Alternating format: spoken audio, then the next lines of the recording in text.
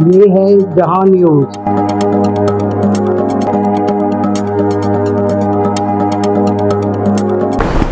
बिस्मिल्लाहिर्रहमानिर्रहीम। अस्सलाम वालेकुम नाजरीन, मैं हूं वक़ार ज़ैदी। आप देख रहे हैं जहां न्यूज़। हम अपने हर प्रोग्राम में कोई ना कोई नया चेहरा, कोई ना कोई नई शख्सियत को मुतारिफ़ करवाते हैं, लेकिन आज हम जिस शख्सियत के साथ मौजूद हैं उनका तारुफ़ करवाने के लिए मेरे पास अल्फाज कम हैं। मैं बड़े अरसे से उनको देख रहा हूँ।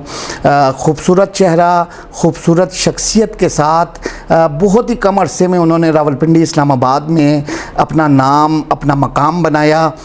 बड़े अरसे से हम उनको स्क्रीन पे भी देखते रहे, टीवी चैनल्स पे भी देखते रहे, और अब हम उनको एक मुनफरिद अंदाज में देख रहे हैं। अब वो जिस नाम को लेके वो चली थी इस मैदान में, इस शोबिस के मैदान में आई थी, अब उन्हीं लोगों की फलाह बहबूद के लिए बढ़ चढ़ कर काम कर रही हैं। तो यकीनन आप लोग जो मेरे सुनने वाले, देखने वाले हैं, वो कुछ ना कुछ अंदाज़ा कायम कर चुके होंगे। हम इस टाइम बैठे हैं, हमारे साथ मौजूद हैं मैडम आसमा भट्ट साहिबा। अस्सलाम वालेकुम मैडम। वालेकुम अस्सलाम। कैसी हैं आप? अल्लाह का शुक्र। पहले भी मैं आपको देखता रहा और बड़े अरसे से हम आपको देख ही रहे हैं। हमें यूँ फील होता है कि आप आज भी बिल्कुल वैसी हैं। अच्छा। यानी तब्दीली नहीं आई है? नहीं, तब्दीली आ गई है। तब्दीली आ गई है, अच्छा ठीक है। अब एक्चुअली तब्दीली आई है, पहले ये नारा गलत था, ठीक है, अब आई है तब्दीली। अब तब्दीली आ आई गई है। अच्छा मैडम, हम ये चाहते हैं कि हम आपसे आपके बारे में सुने। जहाँ तक मेरे नॉलेज में है कि आप बिलोंग गुजरांवाला से करती थी। वहाँ आपकी जो तालीम और तरबियत जो आपकी हुई, आपका जो घर था, वहाँ से आपने फिर मूव किया इस्लामाबाद। ये मुझे थोड़ा सा आपने डिटेल बताना है अपने बारे में, ये कि क्यों तब्दीली, ये इस साइड पे क्यों आप आई? सबसे पहले तो आपका शुक्रिया अदा करती हूँ कि आपका बड़े अरसा दराज से हमारा एक ताल्लुक़ है। जब आपको जना न्यूज़पेपर में होते थे, और तब से सहाफ़ी और फ़नकार का तो एक फैमिली और एक रिलेशन ऐसा होता है कि मैं हूँ आपके साथ, आप हैं मेरे साथ, हम दोनों एक दूसरे के बगैर नहीं हैं कुछ भी।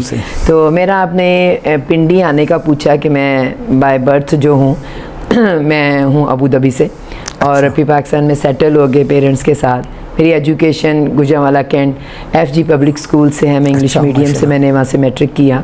फिर मैंने FA गवर्नमेंट कॉलेज से किया, सेटेलाइट ऑन से। और इत्तेफाक से जो एक रस्म होती है कि घर की बच्ची बड़ी हो गई, इसकी शादी कर दी जाए। शादी हो गई, मैं फिर सऊदी अरब चली गई, और इत्तेफाक से हस्बैंड की डेथ हो गई। मैं बच्चों को लेके वापस आई, और जब मैं गुजरांवाला आई तो जो बच्चे वहाँ के पैदाइश जिन बच्चों की होती है, तो वो पानी का बड़ा मुश्किल से उनको होता है कि उनका वो सेटल होना दूसरी जगह पे। तो मेरे 4 बच्चे थे, 3 बेटे और 1 बेटी। तो वो आते ही उनको एक को डायरिया हो रहा है, दूसरे को हो रहा है, मैं एक को हॉस्पिटल लेके जा रही हूँ, दूसरे को घर लेकर आ रही हूँ। तो यहाँ मेरी कज़न रहती थी, मेरी ताया की बेटी। हम उनके पास आए कुछ दिनों के लिए। तो मेरे बच्चे 2 दिन के बाद ऐसे सेटल हुए कि उनके कोई था ही नहीं कि कभी ज़िंदगी, इनको लूज़ मोशन भी थे, इनको डायरिया भी था। तो मेरी मदर, अल्लाह उनको जन्नत में जगह दे, उन्होंने कहा कि नहीं, बच्चों की सेहत से आगे कोई चीज़ नहीं है। पाकिस्तानी है, पिंडी हो या गुजरांवाला, रहना है तो जब बच्चों की तंदुरुस्ती है, सेहत है, तो उसके साथ ही हमने भी सांस लेनी है। तो फिर हम यहाँ पे मूव कर गए। मैं अपने बच्चों की हेल्थ की वजह से फिर यहाँ आ गई, और यहाँ आके फिर जैसे जैसे आपको पता है, जब आप जहाँ किसी जगह जाते हैं, जो आपके आगे काम आते हैं, आप उसको करते रहते हैं, अपनाते रहते हैं, कुछ में हिस्सा लेते हैं, किस में नहीं लेते हैं। बस ऐसे करते कराते आज मैं यहाँ हूँ। हमने आपका एक शुरू में एक ड्रामा भी देखा था, आप ड्रामों में भी किरदार अदा करती रहीं, और ये कितने, ये थोड़ा सा बताएं कि इस साइड पे कैसे आ गई आप? जी, मैंने PTV से स्टार्ट लिया। मेरा जो है ना तरबीती इदारा जो है वो PTV है। अल्हम्दुलिल्लाह मैंने वहाँ से बहुत सीखा। रेडियो पाकिस्तान इस्लामाबाद से मैंने कुछ प्रोग्राम किए, और मेरी रहनुमाई मुझे लेके चले, और जो मुझे गाइड किया, जो एक्चुअली मुझे बनाया, मुझे बोलना सिखाया, मुझे सेट पे खड़ा होना सिखाया। इसके पीछे एक एकेडमी, एक बहुत बड़ा नाम हमारी पाकिस्तान इंडस्ट्री का, सजाद किश्वर साहब, अच्छा, अल्लाह उनको जन्नत में जगह दे, वो दुनिया में नहीं रहे। तो वो मुझे इत्तेफाक से एक मार्केट में मिले, कमर्शियल मार्केट में। तो उन्होंने मुझे जब देखा तो उन्होंने कहा कि आप बनी बनाई एक आर्टिस्ट हैं। तो मैंने हंसना शुरू कर दिया। मैं उनकी फ़ैन थी, ज़ाहिर हम PTV पे उनके ड्रामे वगैरह देखते थे। तो मैंने उनकी तारीफ़ की, तो उन्होंने मुझे ऑफ़र कर दी। मैंने कहा नहीं मुझसे नहीं होगा। उन्होंने कहा नहीं हमारा एक ड्रामा जमाल शाह साहब का था, कल के नाम से। तो कहने लगे कि हमारा वो ड्रामा चल रहा था, हमें एक ऐसा फेस चाहिए था, तो मैं बात करता हूँ शाजी से और आप आएँ कल। मैंने कहा नहीं, मैं कर नहीं सकूँगी, मैं एक्चुअली टोटली मैं फैमिली की हूँ और मेरा कोई ऐसा एक्सपीरियंस नहीं है कैमरा फेस करने का। उन्होंने कहा नहीं नहीं आप आएँ। मैं गई तो सेट पर उन्होंने मुझे 2-3 लाइनें लिख के दी। उन्होंने कहा कैमरे के सामने बोले। मैंने जब बोली तो सब ने ना क्लैप कर दी। तो मैंने कहा पता नहीं इनको क्या हुआ। मैंने कहा जी, कहते हैं कि आप ऑडिशन में पास हो गई हैं। मैंने कहा सही मेरा ऑडिशन था। कहते हैं जी हमने देखना था, आप में तो बड़ा कॉन्फिडेंस है तो आप करें। वो मैंने पहला प्ले किया, फिर उसके बाद ऑन मोहम्मद रिजवी साहब अल्लाह उनको भी जन्नत दे। अब मैं सबको कह रही हूँ, कहेंगे कि सारे चले गए, नतुअले तक बैठी हैं। तो उन्होंने मुझे फिर वो पीटीवी वर्ल्ड पे एज ए जीएम थे, तो वहाँ पे एक प्ले शुरू हो रहा था जब मेरा ये ऑन एयर हुआ पीटीवी पे। तो उन्होंने जब मुझे देखा तो फिर उन्होंने मुझे बुलाया। उन्होंने कहा कि हम एक सीरियल शुरू कर रहे हैं उफ़क़ के नाम से। तो आप उसमें as a journalist, young journalist का आपका करैक्टर है और बड़ा दबंग किस्म का है कि किसी एक मिनिस्टर के साथ आपका फड्डा होना है और आपने उसको फिर सामने लाना पब्लिक है। मैंने कहा नहीं ये काम तो मैं बहुत अच्छी तरह कर लूंगी। मैंने कहा ये डन है मेरी तरह से।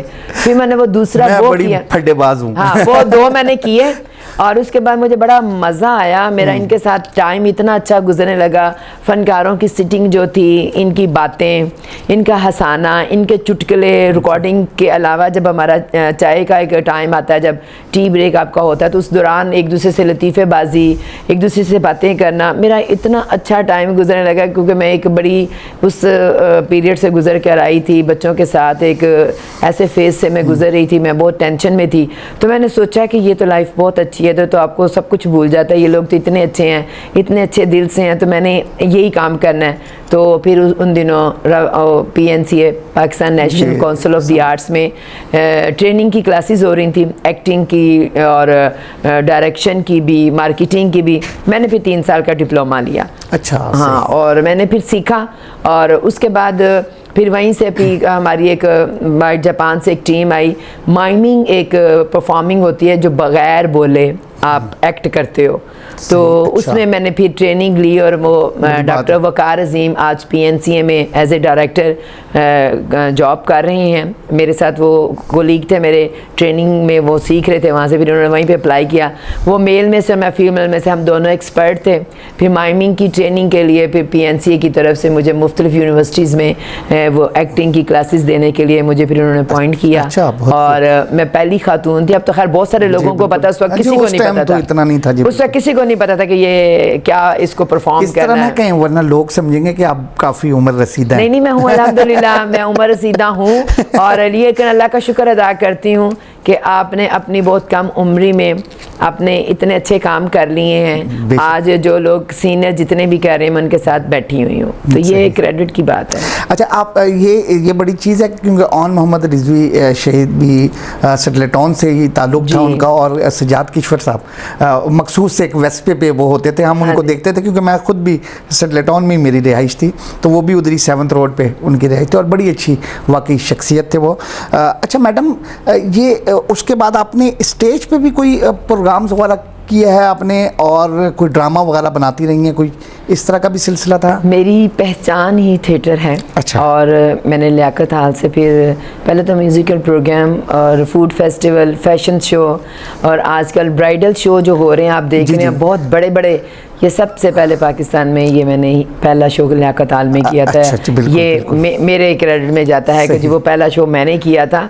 और आप यकीन करें कि मैंने हाल जिंदा था उस वक्त जो पहली फर्स्ट आई थी ना ब्राइडल, मैंने उसको गोल्ड की रिंग पहनाई थी। अच्छा, बड़ी बात है जी। जो पहली जो हमारी थी ना दुल्हन, जो सबसे अच्छी तैयार हुई थी, वो पार्लर वालियों का कंपटीशन था और बायो आमला वालों ने स्पॉन्सर किया था, लेकिन रिंग मैंने खुद से बनवाई थी। तो अभी भी आप कुछ इस तरह की गिफ्ट दे रही हैं, तो मैं भी 2-4 दुल्हनें ले आऊं अपने साथ। अब ये इतने सारे लोग काम कर रहे हैं तो वो मैंने अब वो छोड़ दिया। मैंने कहा नहीं, जब जो सारे कर रहे हो वो नहीं करना बानी चाहिए। आप कुछ चीज़ों में देखें, आप जो इससे रिलेटेड करें तो आप बानी जी जी जी जी। ठीक, तो फिर ये इससे स्टेज से क्यों आप दूर हुई, क्या वजह थी? कोई मुस्तकबिल उसका स्टेज का कोई कम था पाकिस्तान में? नहीं, क्योंकि रावलपिंडी में भी हमने देखा कि हॉल बंद होते गए, कारोबारी मराकज़ बन गए, अब वो प्लाजे बन गए।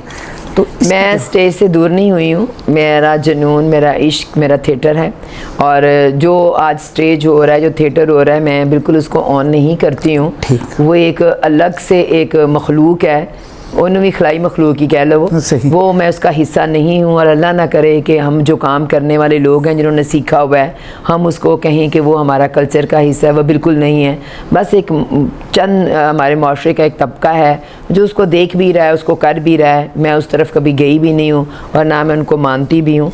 मैं पैरेलल थिएटर करती हूँ जिसको एक्सपेरिमेंट थिएटर कहते हैं। तो वो उसमें अल्हम्दुलिल्लाह मैंने अल्लाह की करम नवाजी है, उसकी रहमत है और मेरी मेहनत है, मुझे अल्लाह ने बड़ा नाम दिया। मैं इंडिया भी 3 दफ़ा दिल्ली फेस्टिवल में मैं परफॉर्म करके आई हूँ और उसके बाद फिर मैं यूके, फिर यूएई में, दुबई में भी मैंने अपनी लाहौर की बहुत बड़ी टीम के साथ ड्रामा किया।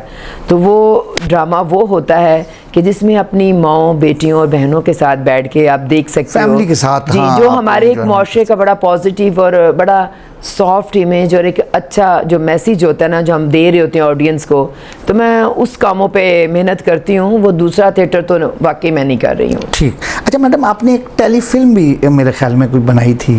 नहीं, टेलीफिल्म नहीं थी, फीचर फिल्म थी पूरी। अच्छा ठीक, हाँ जी, वो पूरे पाकिस्तान में रिलीज हुई थी फिकर नॉट के नाम से। हाँ जी बिल्कुल। हाँ जी, वो भी मैंने यूथ को प्रमोट किया था और मैंने नहीं उसमें किसी को भी लिया कि जी मैं मीरा को लेती हूँ, हाँ, कोई बड़े नाम ऐसे हो, जी सना को लेती हूँ, मैं नहीं। जो हमारी हमारा न्यू टैलेंट था मैंने उसमें 54 जो आर्टिस्ट थे वो मुतारफ़ करवाए थे। ठीक। आज वो टीवी भी कर रहे हैं, वो ऐड भी कर रहे हैं, अल्हम्दुलिल्लाह वो उनकी एक पहचान है। और मुझे अच्छा लगा था। वो उस फिल्म ने इतना बिजनेस तो नहीं किया था लेकिन मैं इतनी सेटिस्फाई थी कि मैंने जब म्यूज़िक डायरेक्टर को की कॉल हम मिले तो उसने कहा कि मैंने पहले कोई फ़िल्म नहीं की। मैंने जब इस हीरोइन को बुलाया तो उसने कहा जी मैंने कोई फ़िल्म नहीं की, मेरी ये पहली, अगर आप मुझे आप चांस देंगे। अच्छा। जो एज ए सिंगर थी, प्लेबैक सिंगिंग जो करते हैं, मैंने जब उनसे गाना कहा, अपने गाना, उसने कहा मैंने पहले फिल्म का कभी गाना नहीं गाया। अच्छा। मैंने कहा ये जो पहला है ना ये मैंने साइन तोड़ना है। सही सही। कोई इनको चांस देगा तो इनकी दूसरी कोई होगी ना। बिल्कुल, बिल्कुल। और इतना अच्छा टैलेंट था। आज मेरी उस फिल्म की जो सिंगर्स हैं, मैं ईमान अली उनका नाम लूँगी, बहुत अच्छी टॉप की हमारी, मैं कहती हूँ गायकी में, जैसे मैं सजाद अली को कहती हूँ कि गाने की सेंस अगर मैं किसी को कहूँ हमारे सिंगरों में है, मैं उनकी फ़ैन हूँ। तो फीमेल में से हमारी यूथ जो नए गाने वाली है ना, उसमें अमन अली जो है ना वो बहुत बड़ा गायकी में नाम है। लोग उसको इतना खैर उसको ना प्रमोट करें या उसका इतना बड़ा नाम नहीं बना, एक चीज़ है उसके पास, लेकिन उसके पास टैलेंट है। दूसरी माहम रहमान, आपी दुर्दाना रहमान की बेटी, जी। वो गाने में इतनी सुरीली है। सही। मैं कहती हूँ कि आप उसको कोई भी मैडम नूरजहां का गाना, उसको आप लता जी का गाना, उसको किसी सिख का गाना दे दें, वो इतनी खूबसूरती से निभाती है।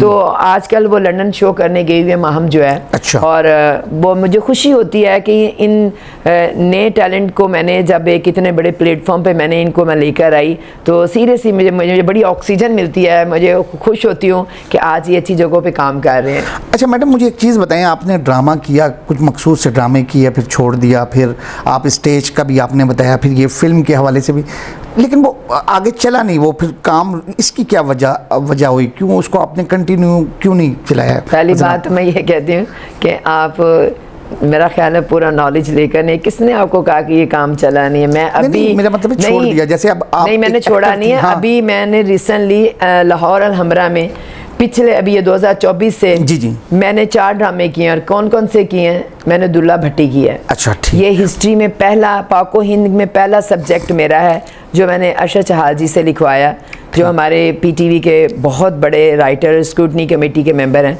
ये उनका लिखा हुआ, और ये इंडिया में भी अभी ड्रामा नहीं हुआ स्टेज पे, ये मैंने किया। अच्छा ठीक। फिर पहला शाह हुसैन फ़कीर साइंदा मायनी में किन्नू आखा, ये इंडिया मैंने किया, और वो भी पाको हिंद का पहला सब्जेक्ट है, पहला टॉपिक है जो मैंने लिखवाया, और ये मुझे क्रेडिट जाता है कि ये मैंने पहला करवाया। हीर रांझा गो के पहले बहुत दफ़ा हुआ, मैंने नए वर्जन में मैंने अभी दोबारा चहाल साहब से लिखवा के अभी मैंने लाहौर जाके ये इतना बड़ा मैंने ड्रामा किया कि इसमें मैंने 3 चीज़ें आपको दिखाई हैं। इसमें मैंने सूफीज़म कलाम भी मैंने आपको दिखा दिया, एक्टिंग भी दिखा दी, इसमें मैंने म्यूज़िक भी दिखा दिया, और ये इतना मुझे उन्होंने सराहाया। सैयद नूर साहब ने स्पेशली मेरे तारीफ़ में जो अल्फाज के, उन्होंने कहा कि आसमा मैं आपको देखता था कि आप बड़ी मेहनती हैं, भाग रही हैं, अपने इवेंट करवा रही हैं, लेकिन जो आज आपका मैंने हीर रांझा देखा, मुझे तो आपने इतना इम्प्रेस कर दिया। मैंने कहा शाहजी आप लोग सारे बड़ों की दुआएं हैं। और उन्होंने कहा कि मेरी ख्वाहिश होगी कि मेरी जो मजाजन फिल्म है, मैं आपको कॉपीराइट दूं तो आप उसको स्टेज पे इसी तरह ही देखिए। कोई काम था तो इतना बड़ा हमारा नाम है, वो कहते हैं। मैंने कहा शाहजी ये मेरी बड़ी ही मेहनत और मेरी बड़ी खुशनसीबी होगी कि आप जैसी शख्सियत मुझे अगर कहें तो मैंने कहा मैं ज़रूर आगे नेक्स्ट जैसे मौसम बेहतर होता है तो मैं इसके ऊपर वर्किंग करूँगी, आपके साथ सिटिंग करूँगी और मैं इसको ज़रूर स्टेज पे करूँगी। अच्छा मैडम, ये सारा काम आप इतनी मसरूफ़ भी रही, अभी भी हैं आप बच्चों को आप टाइम दे पाई अपने बच्चों को, और क्या वो मुतमईन थे? कभी वो नहीं कहते थे कि आप घर बैठे छोड़ें, क्या कर रही हैं? नहीं। ये कैसी मैनेज किस तरह किया आपने? देखें मेरे बच्चे अल्हम्दुलिल्लाह मेरे सारे बच्चे अब शादीशुदा हैं। नहीं वो तो अब है ना, पहले मैंने उनको पढ़ाया और मैंने उनको भी टाइम दिया। उन दिनों तो मैंने बहुत काम किया, इतना मैंने काम किया कि आज अगर मैं इधर कर रही हूँ तो दूसरे दिन मुझे होता था कि लाहौर में प्ले करना है, उधर करना है, उसके बाद मैंने मुल्तान जाना है, फिर मैंने पेशावर चले जाना है, पीसी में हमारा इवेंट है।